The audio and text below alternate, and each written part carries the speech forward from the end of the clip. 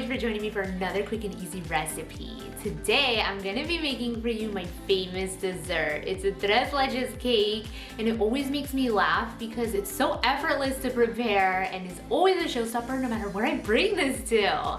So I'm busting out the ninja today to show you. It doesn't matter how you prepare this, it's impossible to mess up. So let's get started. So to start off this insanely easy dessert, you'll need a box of cake mix. Whichever flavor you please, go ahead and add the water, oil, and eggs according to however much it says in the back of the box. If you guys use milk instead of water or butter instead of oil, more power to you. However you choose to follow those directions, it'll turn out good whichever you decide on. Give it a good mix until all those lumps are gone. This is gonna go into two well-greased and floured 8-inch cake pans. When I'm usually making tres leches, I use a 13 by 9-inch pan, but since I'm using the Ninja Foodie today, you want to divide the batter into two cake pans so the tres leches won't be too thick or dense. Add the pan to the little rack the Foodie comes with and wrap the top with some foil so it won't brown up too quickly. Cut a little vent on top to release the steam, and this is going to bake for 30 minutes at 350 degrees Fahrenheit, either in your normal oven or this Ninja Foodie. Now if you guys want to check out some other recipes I made using this awesome kitchen appliance, I'll leave the links down below in the description box. This video is not sponsored, by the way. Now let's talk about the milks, aka the tres leches. These are the milks I always use, always.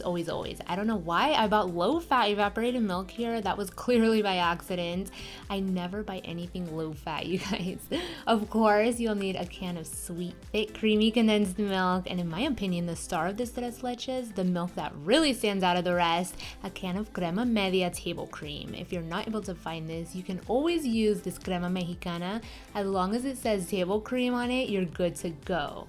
These two milks are slightly thicker than heavy cream and in my opinion have a stronger milk taste. I mean, you could see what I mean here, this thickness, and just look at that color. It's slightly cream colored and so thick, just yum. Add the 3 cans to a bowl and you're gonna mix them all up. You're gonna stick this in the fridge to chill so that it'll be ready by the time our cakes are all baked up and cooled.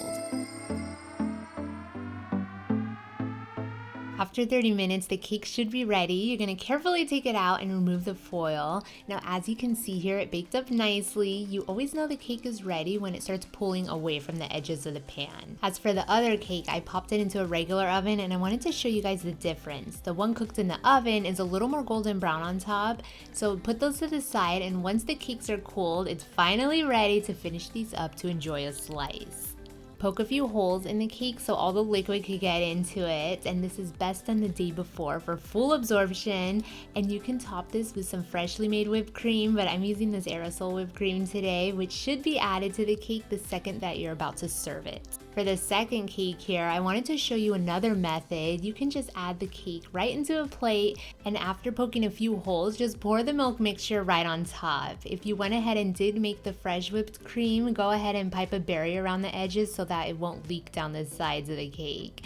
Whichever method you choose, you'll have one of the most milky, sweet, addictive desserts you have ever tried in your life. Each bite just oozes creamy goodness. Be sure to serve this chilled with a hot cup of Nescafe, and it'll be 100% satisfaction guaranteed.